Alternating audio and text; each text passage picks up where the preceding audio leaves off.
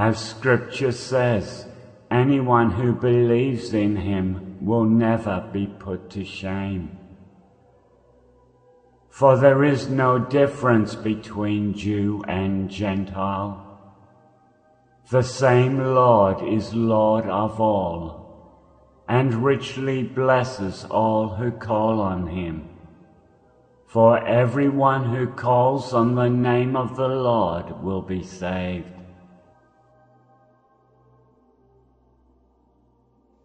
How then can they call on the one they have not believed in? And how can they believe in the one of whom they have not heard? And how can they hear without someone preaching to them? And how can anyone preach unless they are sent? As it is written, how beautiful are the feet of those who bring good news. But not all the Israelites accepted the good news.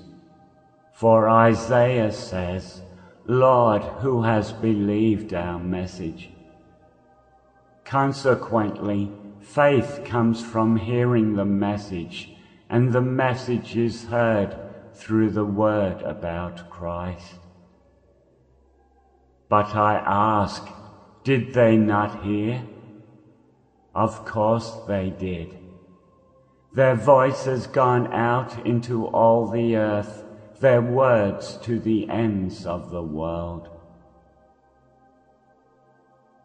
Again I ask, did Israel not understand? First Moses says, I will make you envious by those who are not a nation. I will make you angry by a nation that has no understanding. And Isaiah boldly says, I was found by those who did not seek me. I revealed myself to those who did not ask for me. But concerning Israel, he says, all day long I have held out my hands to a disobedient and obstinate people.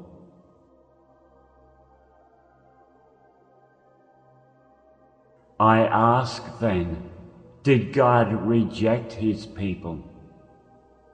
By no means. I am an Israelite myself, a descendant of Abraham, from the tribe of Benjamin. God did not reject his people whom he foreknew. Don't you know what Scripture says in the passage about Elijah?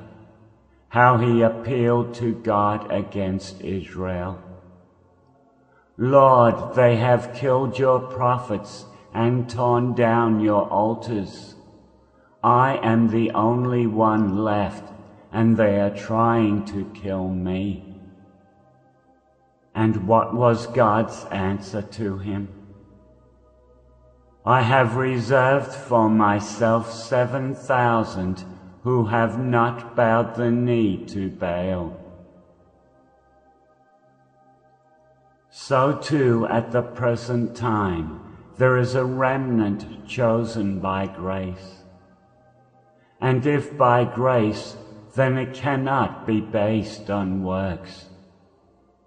If it were, grace would no longer be grace. What then?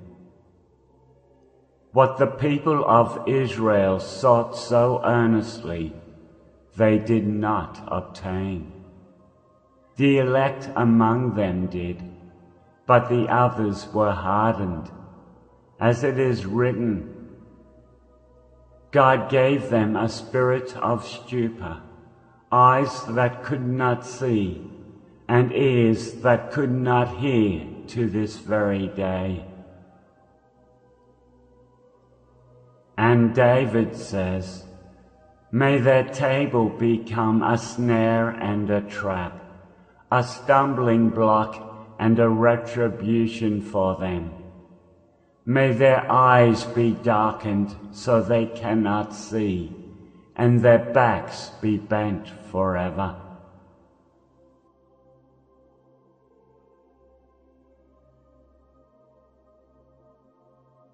Again I ask, did they stumble so as to fall beyond recovery? Not at all. Rather, because of their transgression, salvation has come to the Gentiles to make Israel envious. But if their transgression means riches for the world, and their loss means riches for the Gentiles, how much greater riches will their full inclusion bring?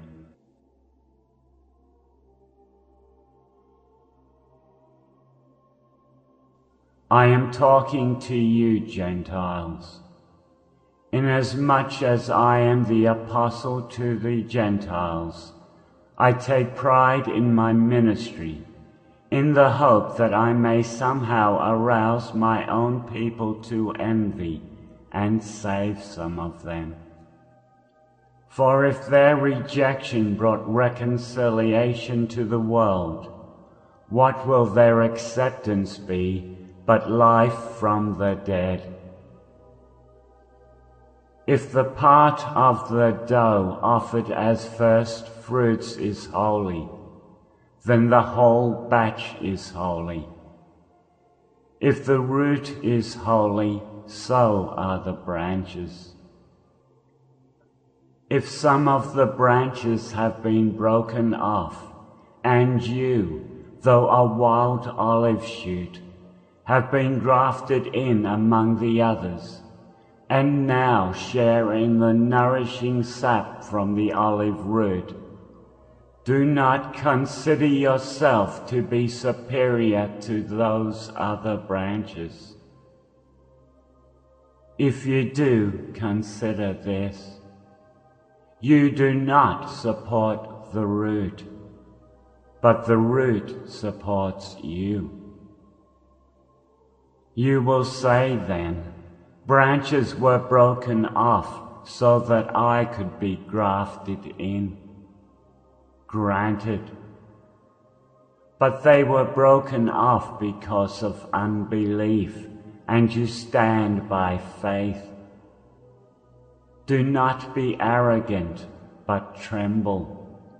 For if God did not spare the natural branches, He will not spare you either.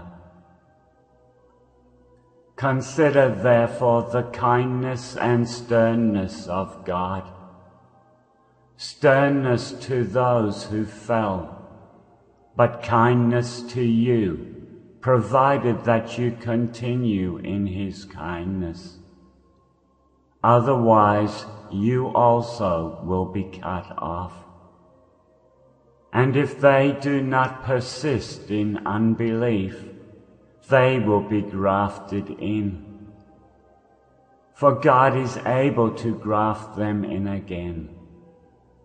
After all, if you were cut out of an olive tree that is wild by nature, and contrary to nature, were grafted into a cultivated olive tree, how much more readily will these, the natural branches, be grafted into their own olive tree? I do not want you to be ignorant of this mystery, brothers and sisters, so that you may not be conceited. Israel has experienced a hardening in part, until the full number of the Gentiles has come in. And in this way all Israel will be saved. As it is written, the deliverer will come from Zion. He will turn godlessness away from Jacob. And this is my covenant with them when I take away their sins. As far as the gospel is concerned, they are enemies for your sake. But as far as election is concerned, they are loved on account of the patriarchs, for God's gifts and his call are irrevocable.